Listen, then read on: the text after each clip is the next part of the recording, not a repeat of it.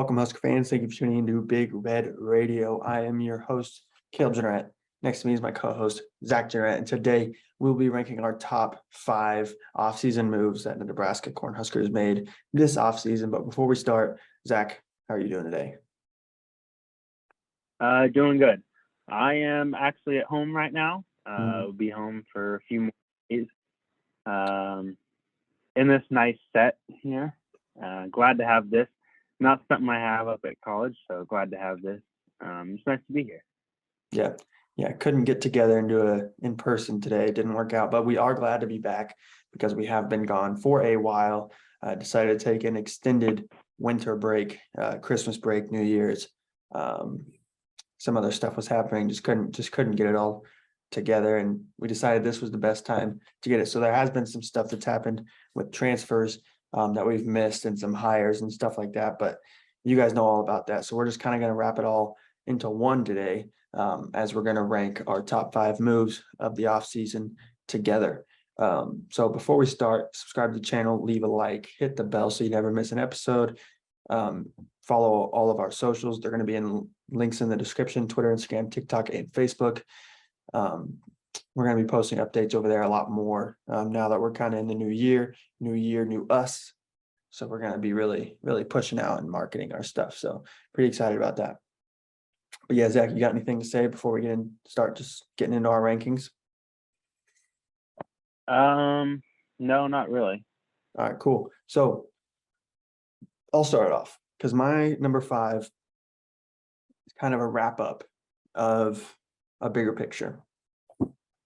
My number 5 is hiring a staff with an emphasis on recruiting. So there wasn't a lot of home run hires, I want to say, in terms of our staff. You got Marcus Satterfield, who is OC quarterbacks, AJ Barthel, Terrence Knighton, Evan Cooper, Omar Hales, Corey Campbell, and then our running backs coach I got it. Okay.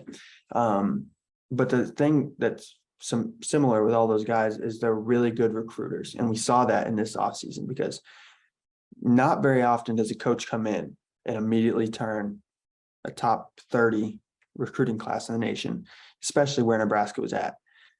So it's really good to see that. And it's really good to see that all these coaches are buying in, especially the young guys like Barthel, Terrence Knighton, Evan Cooper.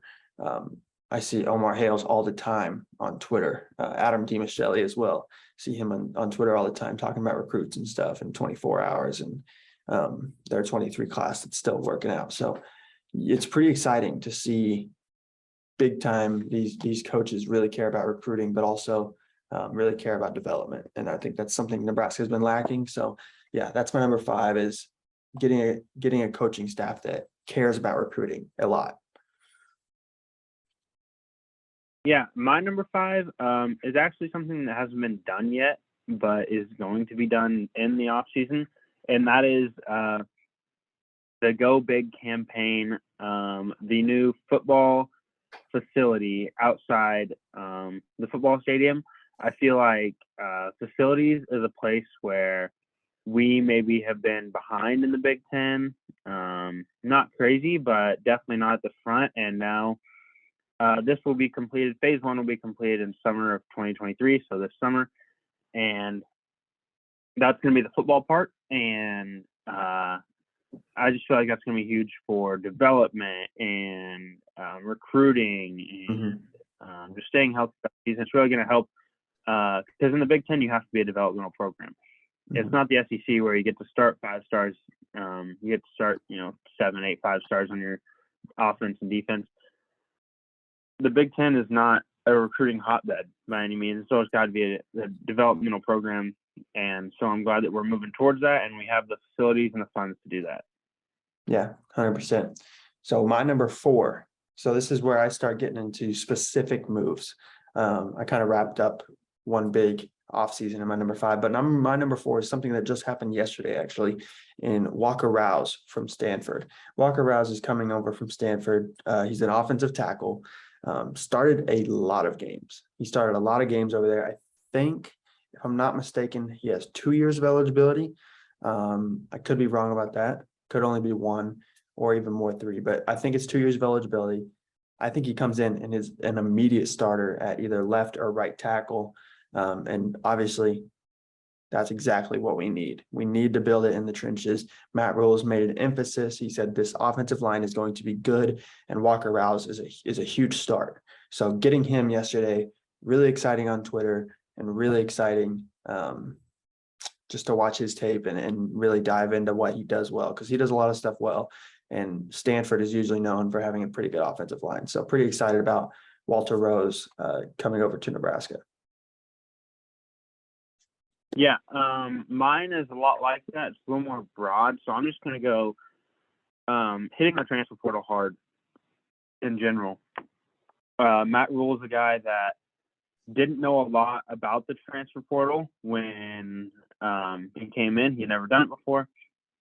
And so for him to come out and get guys like Walter Rouse, Ben Scott, Elijah Judy, Josh Fleeks, Jeff Sims is a big one. Corey Collier is a big one. A lot of good transfers in places that we needed: the O line, the D line, the receiving core, the linebackers, a 5-star long snapper, which is special teams, a place that we've always need to improve as special teams, because we're in the Big Ten. Like I said, it's such a close game that special teams is one that, it's going to decide games. So the transfer portal, just Matt Rule able to come in here and hit the transfer portal really hard and learn about it and do so well on it is huge for me. Yeah, no, that's a huge thing for sure. And really surprising how well he actually did, considering, like I said, with recruiting, it's his first year and he'd never done transfer portal before. So yeah, super fun and super fun to watch. My number 3 is another specific one. It's Jeff Sims. Jeff Sims from Georgia Tech. Jeff Sims is a stud. I've liked Jeff Sims for a long time, before he was even remotely connected to even transferring. So Jeff Sims has all the talent in the world. He's got a rocket arm. He's got 4.4. He's got legit 4.4 speed. The dude is a beast. I just saw like a couple days ago, Jeff Sims came in the top 20 of preseason Heisman odds for FanDuel. So that's pretty cool to see. It will be a QB battle with Casey Thompson and Jeff Sims, and neither one of them are gonna just sit down and say, I'll take this year off, especially not Casey Thompson. This is his last year. So don't expect either one of those guys to lay down. It's going to be super fun to watch.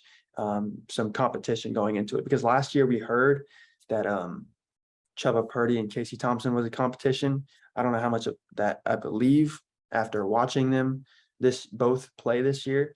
Looks like Casey Thompson would have ran away with that competition. I do think Jeff Sims comes in, even if he's not the starter, provides a big time backup quarterback that we haven't had since, I don't know, Ron Kellogg, Tommy Armstrong days when they both played. When you can trust 2 quarterbacks like that, it's huge. So having a guy like that is big time, and having a guy that you can develop even more is big for Matt Rule and big for the staff. So I can see why they picked him. So Jeff Sims coming over from Georgia Tech is my number 3. Yeah, my number 3 is going to be Tony White, D coordinator. Defense was a place that we had been lacking in the past few years. Maybe 2020 we're all right, but had a lot of really good playmakers on the 2020 team. Last year, towards the end, we were all right.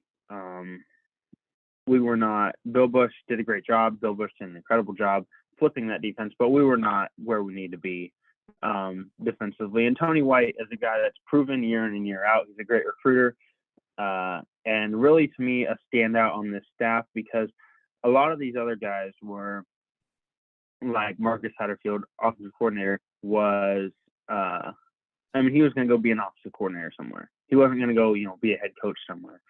Right. Then that's all of these guys, except for Tony White. Tony White is such a high-level D coordinator that he actually was getting looked at for head coaching positions. And to pull him into somewhere, especially in a rebuild program, is huge for us. And he had a great defense last year. He brought over a couple transfers. I think one transfer for us on the defensive side. And so that's huge. I'm ready to see Tony White. We don't know if he's running the 3-3-5 or not yet. I think it'd work well. And I think a 4-3 would also work well. But that's up to him. He's a defensive genius, and so I'm glad to have him on the staff, and that's a huge pickup. Yeah, 100%. So my number 2, getting down to my favorite ones. My number 2 is Malachi Coleman, choosing Nebraska over Colorado. We saw all the hype with Colorado coming into the offseason. I don't know about Zach. Zach's been a pretty big proponent of anything against Colorado this offseason. But for me, I was pretty worried seeing that Colorado all of a sudden popped up on Malachi Coleman's list. I didn't have a lot of hope. So when I watched that decision, him make his decision live on Rivals, and him choose Nebraska and put the Nebraska hat on, it just showed me that Nebraska is still Nebraska.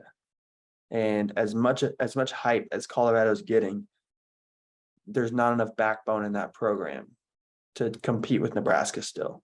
So I like the decision from Malachi Coleman. Makes me feel really good about the future of Nebraska, because you see all these guys, they're buying in, players on the roster buying in. Casey Thompson coming back, he's buying in. Malachi Coleman choosing Nebraska over a really hyped up program in Colorado, he's buying in.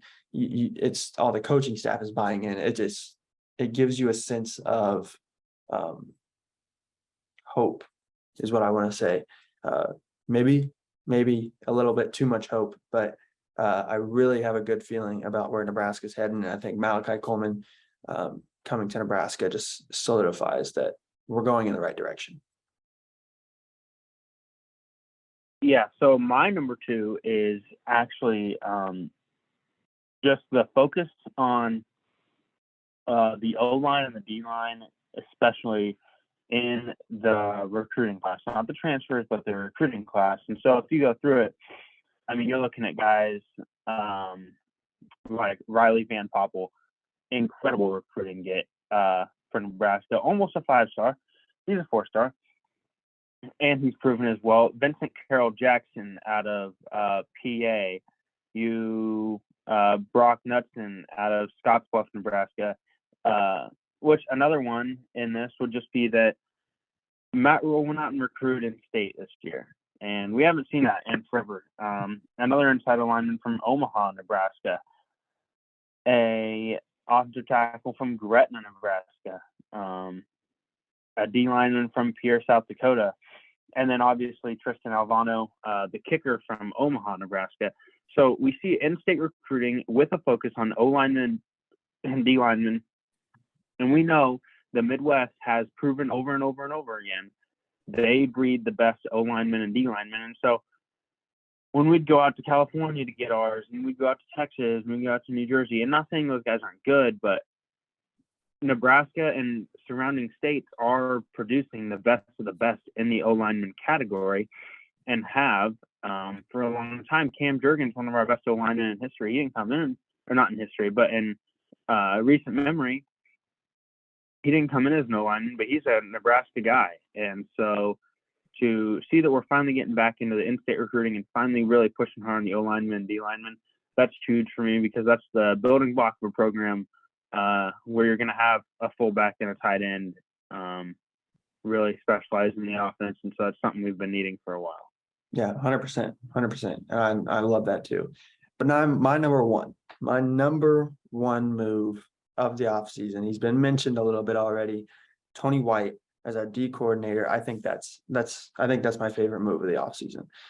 We were waiting, because you look at the staff, and Matt Rule, I would say, was a splash hire. That was a big time splash hire.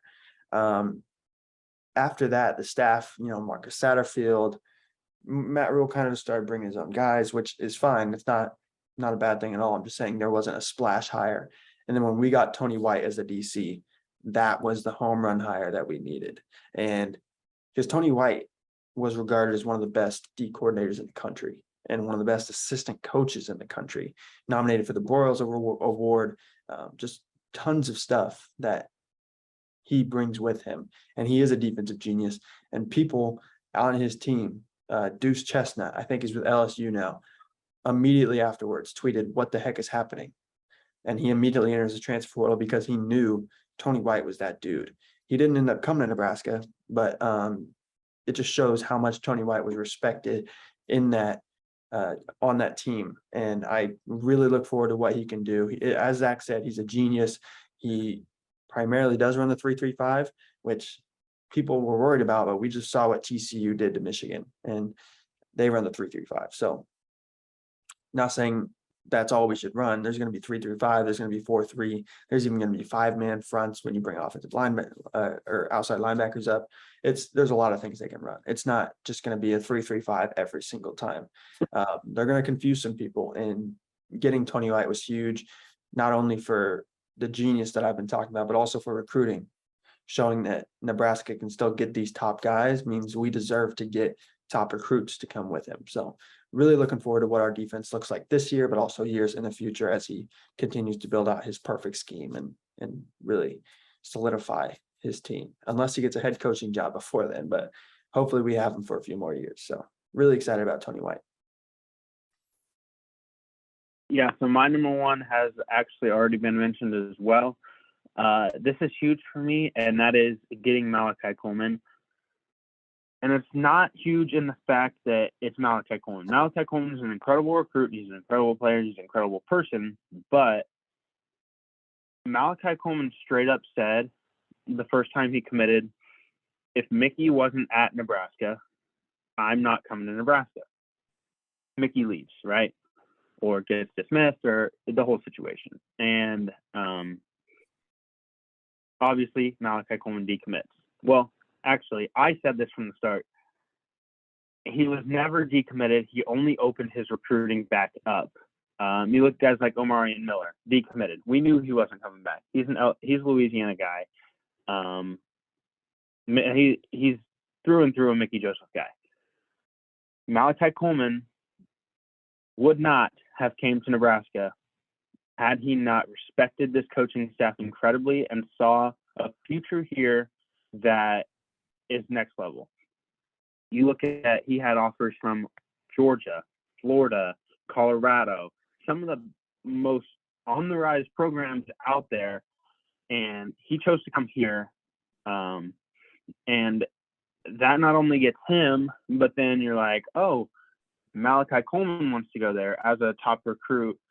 That's a little bit of recruiting pull. You see it with guys like Dylan Raiola. Wherever Dylan Raiola goes, whether that's here, whether that's Georgia, or anywhere else, he will pull recruits just by committing.